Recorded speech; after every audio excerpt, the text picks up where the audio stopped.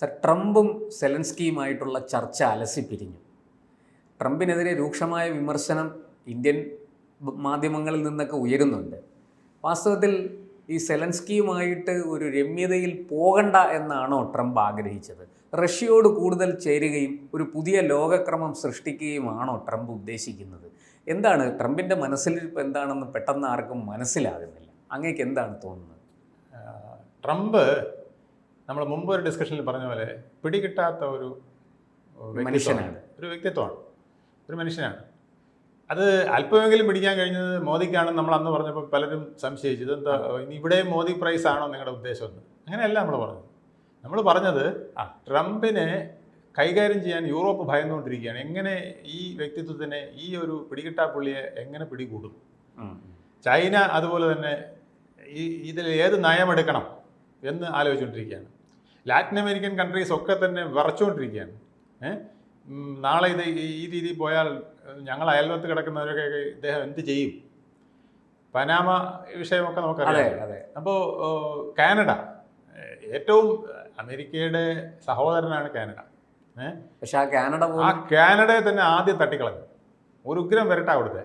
വേണമെങ്കിൽ ഞങ്ങളുടെ സാമന്ത രാജ്യം ആയിക്കോ, 51ാമത്തെ പ്രവിശ്യ, നമ്മുടെ പ്രവിശ്യ ആയിക്കോ, വേണമെങ്കിൽ ഗവർണറാക്കാം എന്നാണ് ട്രംപ് പറഞ്ഞത്. അപ്പോൾ ഇത് കാണിക്കുന്നത് ട്രംപ് ഒരു പ്രോ അമേരിക്ക ലൈനിലേക്ക് ലോകത്തെ കൊണ്ടുവരാനുള്ള ശ്രമമാണ്.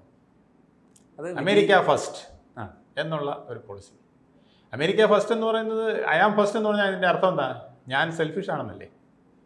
ഇപ്പം നമ്മൾ രണ്ടുപേരും കൂടെ ഇരിക്കുന്നു, അല്ലെങ്കിൽ കുറേ പേര് ഇരിക്കുന്നു, അവിടെ ഞാൻ പറയുകയാണ് ഐ ആം ഫസ്റ്റ് എന്ന് പറഞ്ഞാൽ എൻ്റെ സ്വാർത്ഥതയാണ് അതിനകത്ത് വ്യക്തമാകുന്നത്. അത് തന്നെയാണ് രാഷ്ട്രങ്ങൾക്കും. അമേരിക്ക ഫസ്റ്റ് എന്ന്, ഇപ്പം മേക്ക് ഇൻ ഇന്ത്യ എന്ന് പറയാം. ഇന്ത്യ ഫസ്റ്റ് എന്ന് പറയുമ്പം നമ്മൾ അതിനകത്തൊരു ധിക്കാരവും കൂടെ ലോകത്തെ എല്ലാവരും വെല്ലുവിളിക്കുന്ന ഒരു സ്റ്റൈലായി പോകും. അപ്പോൾ അത് അമേരിക്ക ഫസ്റ്റ് എന്ന് പറയുന്നത് തന്നെ ഒരു കടന്ന കൈയാണ്. പക്ഷെ അത് പ്രവർത്തിക്കുകയും കൂടെ ചെയ്താൽ നമുക്കിപ്പോൾ വേണമെങ്കിൽ അമേരിക്ക ഫസ്റ്റ് എന്ന് പറയാം. എന്തിനാണ്? ഒരു മോട്ടിവേഷന് വേണ്ടിയിട്ട്, ജനങ്ങളെ മോട്ടിവേറ്റ് ചെയ്യാൻ, അവിടുത്തെ സ്ഥാപനങ്ങളെ മോട്ടിവേറ്റ് ചെയ്യാൻ, അവരുടെ ആർമിയെ മോട്ടിവേറ്റ് ചെയ്യാൻ, എല്ലാത്തിനും വേണമെങ്കിൽ അമേരിക്ക ഫസ്റ്റ് എന്ന് നമുക്ക് പറയാം. പക്ഷെ അത് പൂർണ്ണമായും പ്രവർത്തിക്കുകയും കൂടെ ചെയ്തു കഴിഞ്ഞാൽ വെട്ടിലാവില്ലേ എന്നുള്ള ഒരു ഭയം യൂറോപ്പിനുണ്ട്, ഏഷ്യയിലെ പോലും പല രാജ്യങ്ങൾക്കുണ്ട്. എന്തിന്? ഓസ്ട്രേലിയൻ പ്രധാനമന്ത്രി ഇന്നലെ പറഞ്ഞു കഴിഞ്ഞു സെലൻസ്കിയെ കൈകാര്യം ചെയ്ത രീതി മോശമായി പോയിന്ന്. യൂറോപ്പിലെ ഫ്രാൻസ് അടക്കം മിക്ക രാഷ്ട്രങ്ങളും ദുഃഖിതരാണ്. UK വളരെ വിഷമത്തിലാണ്. ഇങ്ങനെയാണോ ഒരു രാഷ്ട്രത്തോട് നമ്മൾ പെരുമാറേണ്ടത്? നമ്മളാണ് അവരെ കൊണ്ട് വെള്ളത്തിൽ ചാടിച്ചതെന്ന് പറയാതെ പറയുകയാണ് അവർ ചെയ്യുന്നത്. അവർക്ക് ഇനി അത് പറയാൻ പറ്റില്ല. യൂറോപ്പിനൊരു വലിയ പങ്കുണ്ട്. യൂറോപ്പിനാണ് ഏറ്റവും കൂടുതൽ പങ്ക്, അമേരിക്കയ്ക്കുണ്ട്. അത് ബൈഡൻ ആയിരുന്നേ ഉള്ളൂ വ്യത്യാസം. മനസ്സിലായില്ലേ? മുൻ പ്രസിഡന്റ് ആയിരുന്നു എന്ന് പറഞ്ഞ് ഇന്നത്തെ പ്രസിഡന്റിന് ഒരു ഉത്തരവാദിത്വം ഇല്ല എന്ന് പറയാൻ പറ്റില്ലല്ലോ. പക്ഷെ ഇദ്ദേഹത്തിന്റെ പോളിസി വ്യത്യസ്തമാണ്. ഇദ്ദേഹം പൊതുവെ ഒരു പൊങ്ങച്ചക്കാരനാണ്. ഈ പൊങ്ങച്ചക്കാരനെ നമ്മൾ പറയില്ലേ, കുതിരയുടെ എവിടെയെങ്കിലും കാന്താരി മുളക് തേച്ചാലുണ്ട്, അതേ പരുവാണ്. പൊങ്ങച്ചക്കാരനൊപ്പം തന്നെ ഇദ്ദേഹത്തിന് ഈ കുഴലൂത്തുകാർ ഒത്തിരി പേരുണ്ട്. ചെറുതായിട്ടൊന്ന് പ്രകോപിപ്പിച്ചാൽ മതി, പ്രകോപിപ്പിച്ചാലും മതി, ഒരുപാട് പുകഴ്ത്തിയാലും മതി. രണ്ടും ഇദ്ദേഹം അങ്ങ് ആസ്വദിച്ചു കളയും. അപ്പോൾ ഇത് അദ്ദേഹത്തിൻ്റെ ഒരു വീക്ക്നെസ് ആണ്. അദ്ദേഹത്തിൻ്റെ മിനിസ്ട്രി ആയാലും, അദ്ദേഹത്തിൻ്റെ കോൺഗ്രസ് ആയാലും, അദ്ദേഹത്തിൻ്റെ പാർട്ടി ആയാലും ഒക്കെ ഇപ്പം അദ്ദേഹത്തിനെ വാഴ്ത്തിക്കൊണ്ട് മാത്രമാണ് ഇരിക്കുന്നത്. അദ്ദേഹം ചെയ്യുന്നത് തെറ്റുണ്ടെന്ന് പോലും ആരും പറയുന്നില്ല. അവിടെ വിമർശനമൊന്നുമില്ല. അപ്പോൾ അല്പമെങ്കിലും ഒക്കെ പത്രങ്ങൾ ഇങ്ങനെ തൊട്ട് പോവുകയുള്ളൂ. എന്നാലും മാധ്യമങ്ങൾ പോലും അത്ര കടുത്തതായിട്ടൊന്നും പറയുന്നില്ല, കാര്യമില്ല. കാരണം ഇദ്ദേഹം അടിത്തട്ടിൽ ഒരു ഇളക്കം ഉണ്ടാക്കിയിട്ടുണ്ട്. ഈ തറവായിട്ട് അമേരിക്കക്കാരനോടൊരു കാര്യം പറഞ്ഞിട്ടുണ്ട്, നീയൊക്കെ നശിക്കാൻ പോകും. സെനറ്റിലും കോൺഗ്രസിലും ഒക്കെ അദ്ദേഹത്തിന് നല്ല ഭൂരിപക്ഷമുണ്ട്. അതുകൊണ്ട് അവിടെ എല്ലാം വാഴ്ത്തുപാട്ടുകാരേ ഉള്ളൂ. ആ വാഴ്ത്തുപാട്ടുകാർ വരുന്നതാണ് കുഴപ്പം. അവിടെ അത് കേരളത്തിലായാലും അമേരിക്കയിലായാലും വാഴ്ത്തുപാട്ടുകാർ. അദ്ദേഹത്തിന്റെ ടീമും മോശമല്ല, എല്ലാം ഉണ്ട്. അല്ലെങ്കിൽ പിന്നെ ഇദ്ദേഹം തിരിച്ചു വരില്ലല്ലോ. അദ്ദേഹത്തിന് വന്ന ഫോഴ്സുകൾ ഏതൊക്കെ? അമേരിക്കയിൽ നിന്ന് തന്നെ ഈ സോറസ് അടക്കമുള്ള ടീം അദ്ദേഹത്തിന് എഗൻസ്റ്റ് ആയിട്ടാണ് പ്രവർത്തിച്ചിരുന്നത്. വധശ്രമം പോലും നടന്നു 2 പ്രാവശ്യം, ഒന്നല്ല 2 പ്രാവശ്യം ഇലക്ഷനിടയിൽ വധശ്രമം നടന്നു. പിന്നെ അദ്ദേഹത്തിനെ ചവിട്ടിത്താഴ്ത്താനാവുന്ന എല്ലാം ചെയ്തു. ഈവൻ പ്രസിഡന്റുമാരുടെ ഡിസ്കഷൻ, ഈ പ്രസിഡന്റ് കാൻഡിഡേറ്റുമാരുടെ ഡിസ്കഷനിൽ പോലും മോഡറേറ്ററായിട്ട് നിന്ന ആള് പിന്നെ ട്രംപിന് ബുദ്ധിമുട്ടുണ്ടാക്കുന്ന വിധത്തിൽ സംസാരിച്ചു എന്ന് വരെ പറയേണ്ടി വന്നു. ചില നിലപാടുകൾ എടുത്തു എന്ന് പറയേണ്ടി വന്നു. അപ്പോൾ ഇത് ഒക്കെ സൂചിപ്പിക്കുന്ന അദ്ദേഹം ഈ എതിർപ്പിലൂടെ നേരിട്ട് ഈ പ്രതിസന്ധികളിലൂടെ നേരിട്ട് രണ്ടാമതൊരു ട്രംപ് വരരുതെന്ന് ഒരു വല്ലാത്ത കരുത്താണ് അദ്ദേഹത്തിന് അപാരമായ കരുത്തും അതിന് പറ്റിയ റിസോഴ്സസ് ഇടവും വലവും നിർത്തിയാണ് അദ്ദേഹം മുന്നോട്ട് വന്നത്. അങ്ങനെയുള്ളൊരു സാഹചര്യത്തിൽ അദ്ദേഹത്തിനെ സംബന്ധിച്ച്, അമേരിക്കയെ സംബന്ധിച്ച് സെലൻസ്കിയും ഉക്രൈനും ഒരു എന്താ പറയുക, വെറും ഒരു വളരെ ദുർബലമായ ഒരു പുൽക്കൊടിയുടെ പോലും ബലമില്ലാത്ത ഒരിതാണ്. അതൊരു ചെറു പ്രാണിയാണ് എന്ന് വേണമെങ്കിൽ പറയാം. ചെറു പ്രാണിയാണ് ഈ സെലൻസ്കിയും പിന്നെ ഉക്രൈനും. പക്ഷേ അത് അവിടെ എന്തിനായി ബലം പിടിക്കുന്നത് വെച്ചാൽ, നീ ഞങ്ങൾ പറയുന്നത് കേട്ടില്ല, പിന്നെ ആരാ ഞങ്ങളെ പറയുന്നത് കേൾക്കുക? നിന്നെ വിറപ്പിച്ചില്ലെങ്കിലേ നാളെ വേറൊരുത്തനെ ഞങ്ങൾക്ക് വിറപ്പിക്കാൻ പറ്റില്ല. പക്ഷെ അങ്ങനെയും നമ്മുടെ ഇന്ത്യയിലെ ചില മാധ്യമങ്ങൾ വ്യാഖ്യാനിക്കുന്നുണ്ട്. ട്രംപിന്റെ മുഖത്തടിച്ചിട്ട് സെലൻസ്കി ഇറങ്ങിപ്പോയി എന്നുള്ള രീതിയിലുള്ള വ്യാഖ്യാനങ്ങളും അതിന് വരുന്നുണ്ട്. അതെ, സെലൻസ്കിക്കും അതല്ലാതൊന്നും ചെയ്യാൻ പറ്റില്ല. അദ്ദേഹം ഒരു രാഷ്ട്രത്തലവനാണല്ലോ. അദ്ദേഹത്തിന്റെ ഡ്രസ്സിനെ തന്നെ ആദ്യം അധിക്ഷേപിച്ചു എന്നാണ് പറഞ്ഞത്. You are not wearing proper dress to address a president of America എന്നുള്ളതാണ് പറയുന്നത്. അതൊക്കെ അവരുടെ യൂറോപ്യൻ പഴയ ഇപ്പോഴത്തെ ആൾക്കാർ അത്രയും ഇതില്ല. പഴയ യൂറോപ്യൻസും പഴയ അമേരിക്കൻസിന്റെ ഒക്കെ സ്റ്റൈൽ എന്ന് പറഞ്ഞാൽ പാരമ്പര്യമാണ്. ഒഫീഷ്യൽ പരിപാടികൾക്ക് പ്രോപ്പർലി ഡ്രസ്ഡ് ആയിരിക്കണം. കോട്ടും ഷൂട്ടും ഇതൊക്കെ ഇട്ടുകൊണ്ട് വേണം വരാൻ എന്നുള്ളതാണ് അവരുടെ ഒരു രീതി. അല്ലെങ്കിൽ അതൊരു അധിക്ഷേപമാണെന്നുള്ളതാണ്. ഒരു ലൂസ് സിനിമയ്ക്ക് പോകുന്ന പോലെ ലൂസ് ടീഷർട്ടും ഒക്കെ ഇട്ടിങ്ങനെ വരുമ്പം അത് അവരെ അപമാനിക്കുന്നതായിട്ട് ട്രംപിന് ഒരുപക്ഷെ തോന്നിയിരിക്കും. ട്രംപ് ഒരു കൺസർവേറ്റീവ് ആളാണല്ലോ, മെച്ചക്കാരൻ എന്ന് പറഞ്ഞ സ്ഥിതിക്ക് അതെല്ലാം അദ്ദേഹത്തിന്റെ മനസ്സിലുണ്ട്. അപ്പൊ ഇതെല്ലാം ആദ്യമേ ഒന്ന് കൊച്ചാക്കുക, ഇങ്ങനെയൊക്കെയുള്ള ലക്ഷ്യമുണ്ട്. വരുമ്പോഴേ ഒന്ന് കൊച്ചാക്കി ഒന്ന് ഒതുക്കിയിട്ട് പേഴ്സണാലിറ്റി ഒന്ന് ഡിം ആക്കിയിട്ട് സംസാരം തുടങ്ങുക. ഇതൊക്കെ അദ്ദേഹത്തിന്റെ. പക്ഷേ അവിടുന്ന് ഈ സെലൻസ്കി നേരെ പോയത് ബ്രിട്ടനിലേക്കാണ്. അതെ, അദ്ദേഹം ഈ നാറ്റോ രാജ്യങ്ങളുടെ സഖ്യം അല്ലെങ്കിൽ സഹായം അദ്ദേഹം പ്രതീക്ഷിക്കുന്നുണ്ടെന്നല്ലേ അതിന്റെ അർത്ഥം? ആ ഒരു കരാറിലാണല്ലോ അദ്ദേഹം ഈ വിട്ടിത്തം കാണിച്ചത്. അദ്ദേഹത്തിന് അറിയാം റഷ്യ ഒരു കാരണവശാലും ഉക്രൈൻ നേരിടാൻ നോക്കില്ല. അപ്പം പുറകിൽ ഇത്രയും പേരുണ്ട്, എന്നാ പിന്നെ അടിച്ചേക്കാം. എന്റെ ചരിത്രങ്ങളുടെ ബലത്തിൽ എനിക്ക് ഒരു ക്രെഡിറ്റ്, ലോക നേതാവായിട്ട് നിൽക്കാം, ഒരു ക്രെഡിറ്റ് അവിടെ. സാറേ, അങ്ങനെ ഉണ്ടെങ്കിൽ അത് ആ വെല്ലുവിളി നമ്മുടെ ലോകത്തെ കൊണ്ടെത്തിക്കുക ട്രംപ് പറഞ്ഞതുപോലെ ഒരു മൂന്നാം ലോക യുദ്ധത്തിലേക്കാണോ? ട്രംപ് അത് ലോകത്ത് ഇപ്പോൾ ചോദ്യചിഹ്നം ഉയർത്തിയിരിക്കുന്ന കാര്യം അതാണ്. ട്രംപ് വിരട്ടിയത് സെലൻസ്കിയാണ്. WW3 വേൾഡ് വാർ 3യിലേക്കാണോ താൻ പോകുന്നത് എന്ന് സെലൻസ്കിയോടാണ് ചോദിച്ചെങ്കിലും അത് ആത്മകഥമാക്കേണ്ടതാണെന്നാണ് പറയുന്നത്. ട്രംപിന്റെ ഈ രീതി വേൾഡ് വാർ 3യിലേക്ക് അല്ലെങ്കിൽ അതിന് തുല്യമായ വേറെ എന്തെങ്കിലും കൊച്ചു കൊച്ചു പരിപാടികളിലേക്കൊക്കെ പോയാൽ തന്നെ ലോക സമാധാന അന്തരീക്ഷം തെറ്റുകില്ലേ, വെളുക്കാൻ തേച്ചത് പാണ്ടാവോ എന്നൊക്കെ ഭയക്കുന്നവരും ഉണ്ട്.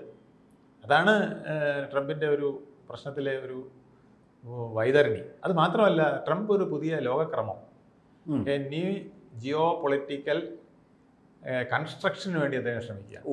അത് എല്ലാവരെയും ഭയപ്പെടുന്നുണ്ട്.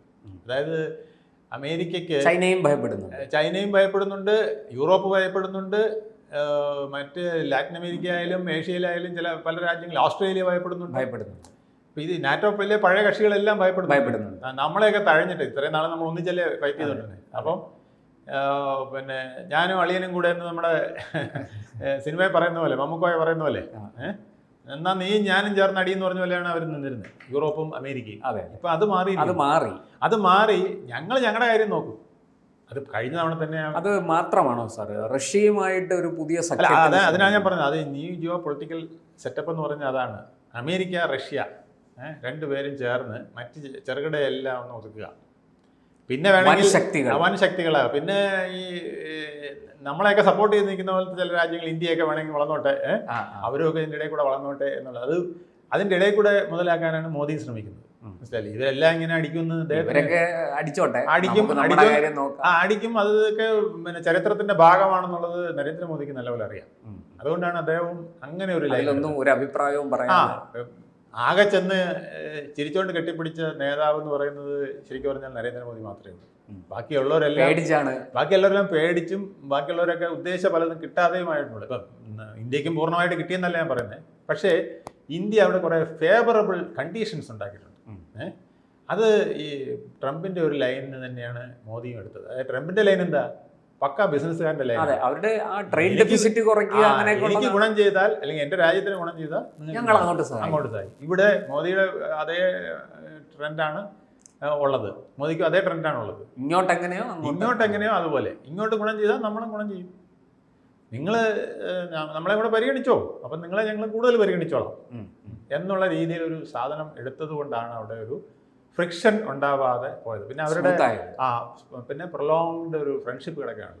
അതൊരു വലിയ കടമാണ്. കഴിഞ്ഞ അത് മാത്രമല്ല, ഇത്രയും വലിയ ജനസംഖ്യയുള്ള ടെക്നോളജിയിൽ വളരെ അതാണ്. റഷ്യയെ പോലെ അല്ല ഇന്ത്യയിൽ പോപ്പുലേഷൻ വൈസ് ഭയങ്കര ഒരു ശരി. അത് മാത്രമല്ല സ്കിൽഡ് പേഴ്സൺസ് ഉണ്ട്. പിന്നെ ചൈന ഒരു വലിയ തിക്ലി പോപ്പുലേറ്റഡ് അല്ലെങ്കിൽ ഹയസ്റ്റ് പോപ്പുലേറ്റഡ് എന്ന് പറയാവുന്ന വിധത്തിൽ നിൽക്കുന്ന ഒരു, അതേപോലെ തന്നെ ഇപ്പോൾ ഇന്ത്യയും ആയിരിക്കുകയാണ്.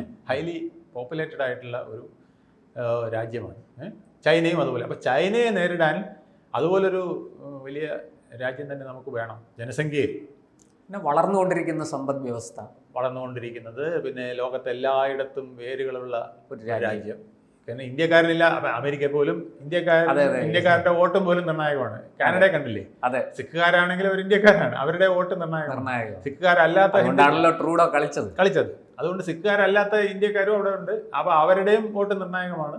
ഇത് മലയാളി ഇല്ലാത്ത രാജ്യമില്ല എന്ന് പറഞ്ഞാല് ഇപ്പൊ ഇന്ത്യക്കാരില്ലാത്ത രാജ്യമില്ല എന്നുള്ളത് അതിനെ സമർത്ഥമായിട്ട് മോഡി ലാഭത്തിൽ യൂസ് ചെയ്യുന്നുണ്ട്. അടുത്ത ഇലക്ഷൻ ഇപ്പൊ വേറൊരു ഡയലോഗും വന്നു.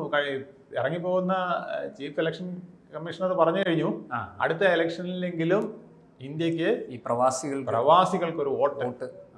അതൊക്കെ വളരെ ദൂരവ്യാപകമായ കണ്ണുകളോട് കൂടിയാണ് അതൊക്കെ നടക്കുന്നത്, മനസ്സിലായില്ലേ? അപ്പോൾ ഇന്ത്യ മുഴുവൻ വിദേശ രാഷ്ട്രങ്ങൾ ഉൾപ്പെടെയുള്ള ആ ശക്തികളെ ഇന്ത്യയിലേക്ക് ആവാഹിക്കാനും അവിടുത്തെ ആളുകളുടെ ഒരു കമ്മിറ്റ്മെൻറ്റ് ഇന്ത്യയുമായിട്ട് ഉണ്ടാക്കാനും അവരുടെ ഒരു സപ്പോർട്ട് ഇന്ത്യയിലേക്ക് കൊണ്ടുവരാനും മോദിക്ക് കഴിയും. ഈ വോട്ട് സമ്പ്രദായത്തിലൂടെ ഇന്ത്യയിലെ വിദേശ പൗരന്മാരുടെ, വിദേശ നിവാസികളുടെ വോട്ട്. എന്തായാലും സാർ, ട്രംപും സെലൻസ്കിയും ഇങ്ങനെ രണ്ട് വശത്തായിട്ട് നിൽക്കുമ്പോൾ ഈ ലോകക്രമം മാറുമെന്ന് ഏതാണ്ട് വ്യക്തമായി കഴിഞ്ഞു. അത് ട്രംപും സെലൻസ്കിയും അല്ല അവിടെ. ട്രംപിന്റെ ആ ഉദ്ദേശം ലോകശക്തിയാകുന്നതിന് US ഒരു സൈഡ്, സെലൻസ്കി അല്ല ഉദ്ദേശിക്കുന്നത്. റഷ്യ അടക്കം അവരുദ്ദേശിക്കുന്നവരെ അവിടെയും ഉയർത്തി നിർത്തുക. എന്നിട്ട് സെലൻസ്കി ഉൾപ്പെടെയുള്ള എല്ലാ രാഷ്ട്രങ്ങളോടും, അല്ലെങ്കിൽ യുക്രൈൻ ഉൾപ്പെടെയുള്ള എല്ലാ രാഷ്ട്രങ്ങളോടും പറയുകയാണ്, അടങ്ങി ഒതുങ്ങിയൊക്കെ ജീവിച്ചോ, ലോകരാഷ്ട്രക്രമം അമേരിക്ക പറയണതനുസരിച്ചോ. ഈ ലോകരാഷ്ട്രക്രമം ഞങ്ങളാണ് നിശ്ചയിക്കാൻ പോണത്. ഇനി ഞങ്ങളൊരു വേൾഡ് ജിയോ പൊളിറ്റിക്കൽ സിറ്റുവേഷനിലേക്ക് കൊണ്ടുവരികയാണ്. ഈ പൊളിറ്റിക്കൽ സിറ്റുവേഷനിൽ ഈ എല്ലാവരും ഒറ്റ വരി പറയാമോ സാർ? ശീതസമരം ഒരു ശീത സമന്വയത്തിലേക്ക് മാറിയിരിക്കുന്നു. ശീത സമന്വയവുമാവാം, ഇത് ചിലപ്പോൾ ശീത സംഘടനവുമാവാം. ഇത് ഏത് വരുമെന്നുള്ളത് കാലം തെളിയിക്കുകയുള്ളൂ. കാരണം എല്ലാവർക്കും അഹങ്കാരമുണ്ട്, എല്ലാവർക്കും അഹംഭാവമുണ്ട്, എല്ലാവർക്കും പിന്നെ സ്വാർത്ഥ താല്പര്യങ്ങളുണ്ട്. അപ്പോൾ ഇത് ലോകരാഷ്ട്രങ്ങളിലെ ഈ താല്പര്യങ്ങൾ സമന്വയിപ്പിക്കാനായിട്ട് കഴിയുന്ന ഏക രാഷ്ട്രം ഇന്ത്യയാണ്. അവിടെയാണ് നമ്മുടെ സ്റ്റാൻഡ്. അവിടെ കൂടുതൽ അടിക്കരുത്, ഇവിടെ കൂടുതൽ വെട്ടരുത്, ഇതെല്ലാം ചെയ്താൽ മിതമായിട്ട് പോകണം. അതാണ് വിശ്വഗുരുവിൻ്റെ ഒരു റോളിലേക്ക് നമുക്ക് വരാൻ കഴിയുന്ന ചില സന്ദർഭങ്ങൾ. അത് മുതലാക്കാൻ നരേന്ദ്രമോദിക്ക് നല്ലപോലെ അറിയാം. കൂടുതൽ വാർത്തകളും വിശേഷങ്ങളും നിങ്ങളിലേക്ക് എത്താൻ ABC മലയാളം സബ്സ്ക്രൈബ് ചെയ്യുക, ബെൽ ബട്ടണും അമർത്തുക.